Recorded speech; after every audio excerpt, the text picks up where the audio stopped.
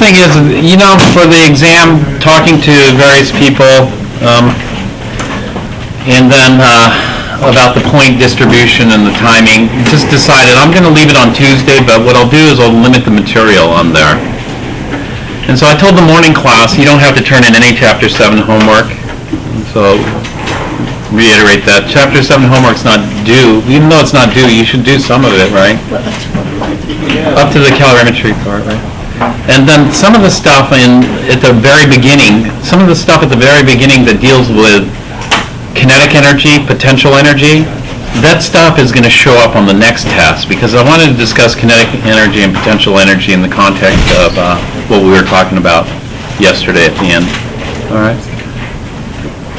And so just turn in chapters 5 and 6 homework with the test. Is all of chapter 6 going to be on the test? Because some of the stuff you cover...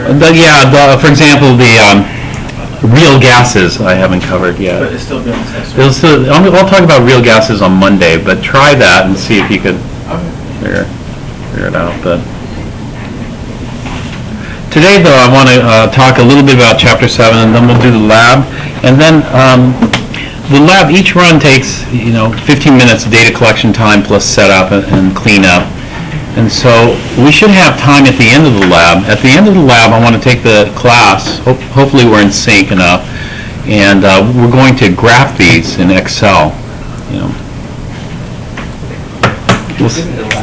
Yeah, at least one, and then you'll graph them on your own. If you're already an Excel expert, then that's fine. You can just do it on your own. Anyway, let's talk about some more about the system and the surroundings here. Whenever we have a reaction or process, then delta U. This is a lecture. I need to catch up a little bit on Chapter 7 to get it back in sync with the afternoon class. Delta U is equal to Q plus W, right? This is also equal to delta PE, plus delta EK. This is also equal to U final minus U initial. And so when we're looking at it in terms of potential energy and kinetic energy, there's something that always is true. What is true? When we're dealing with a reaction or process, is there any change in the kinetic energy? No. The reason is because the reaction or process starts at one temperature and it's going to end at the exact same temperature. So this term's always 0. And then we know about state functions. State functions tell you what?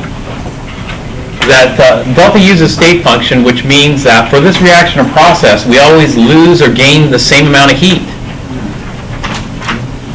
I wasn't sure if you said there's no change in kinetic energy.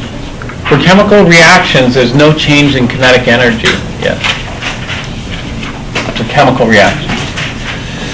However, the amount of heat and the amount of work are not called state functions. These are called path-dependent functions. And so the amount of heat or work you get from this will change.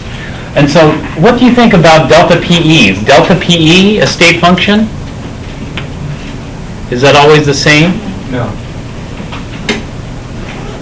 Or is that going to change depending on how much kinetic energy is done? Delta PE is also a state function, the potential energy. And so we're looking at the energy gap here. So that's for a reaction or process, but what if we have an object?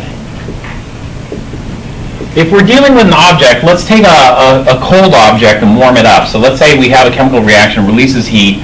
It's going to release heat to, let's say, H2O liquid at RT.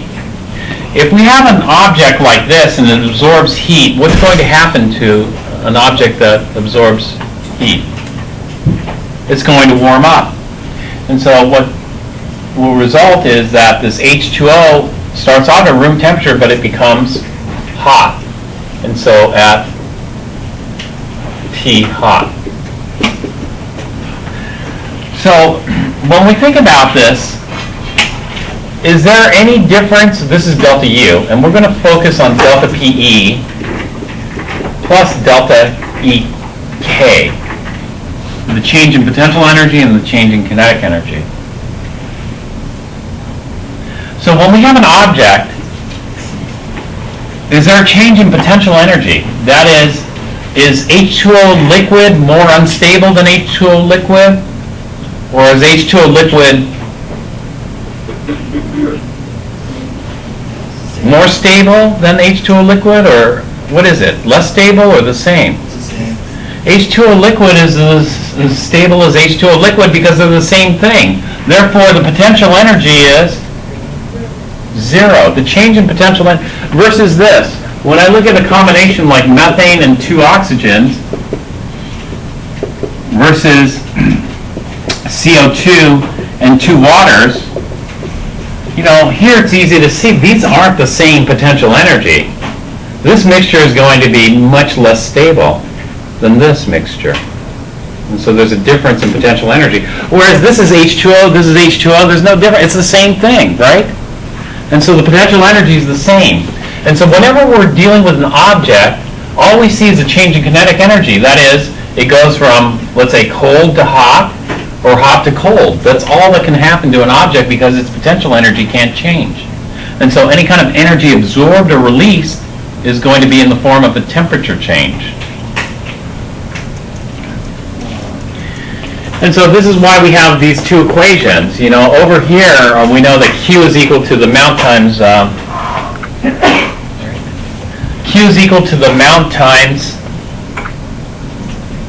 what? No. Is there a delta T here? This starts out at room temperature. This ends up at room temperature. Can Q equal the amount times C times delta T? No. Q is equal to the amount times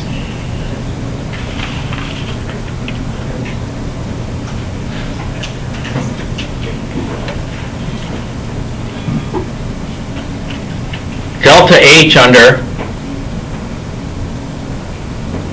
Constant pressure. Yeah, and what under constant volume? Delta U, good. You just memorize that, and pretty soon we're going to talk about what delta H and delta U actually refer to. And you have to know that they aren't necessarily the same thing. In other words, if Q is equal to the amount times delta H, or the amount times delta U, are delta U and delta H the same thing, you think? No. Therefore, if you burn this in a bomb versus burning it in the open air, do you think you're going to get a different amount of heat? Yeah. Yes. You can't assume you're going to get the same amount of heat, depending on how you burn it. Why? Because of pressure, right, because of work. Work, not necessarily pressure, but volume. Changes in volume, the natural work of a chemical reaction. Over here, Q is equal to the amount times C times delta T, just what we'd expect for an object, right? Heating an object or cooling an object. So, that's that. Also, delta U here, well, this is going to equal Q plus W. Is any work done here? What do you think? Let's say we start off with 50 grams of water and we end up with 50 grams of water. Is any work done? Why not?